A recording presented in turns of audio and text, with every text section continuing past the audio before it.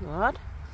Det er så anden runde, så jeg har spredt lidt mere ud. Første gang han prøvede, så var der lidt flere, som var lidt tættere sat sammen, men der er sådan i forskellige højder her, klatter rundt på træet. Og Kiko ligger her, lå her lige før og ventede, og det lader ham bare få lov at se, når han er ja. Super. Første gang han blev sat i gang, så fik han lidt mere hjælp i form af, hvis han lige blev parret ind på træet, og det var der, det foregik.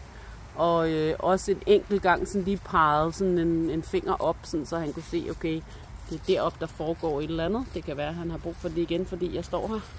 Nej, nu kom det af sig selv.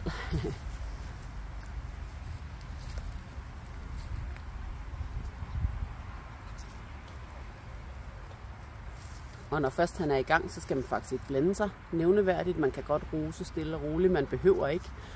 Og hvis man kommer til at rose så meget, at hunden bliver forstyrret, eller hvis man roser for højt, så kan man nemlig komme til at forstyrre. Så man skal bare sådan stille og roligt rose, hvis man roser overhovedet. Og man kan blive ved lige så længe, indtil der ikke er mere, eller indtil man kan se på hunden, at den tænker, nu er der nok ikke mere. Så kan man tage en lille pause, og så kan man lade den supplere med nogen. Hvis der ligesom har været nogen, som sad så højt eller så langt væk, så den ikke har kunne finde dem, jamen så kan man tage en pause, sætte lidt flere, så man lige gør det lidt lettere og lade dem prøve en gang mere. Så man sådan løbende tilpasser sværhedsgraden til, hvor god hunden er blevet til det, hvor fin forståelse den har for at finde dem. Og det er jo også et spørgsmål om, hvor mange gange den har prøvet, men også hvad der sådan er forstyrrelser omkring den. Fordi lige nu kan man se, at han er gået fra nogle gange, og det er helt klart, fordi jeg sidder her og flagrer med det her kamera og snakker og forstyrrer. Du er god til det, Kiko.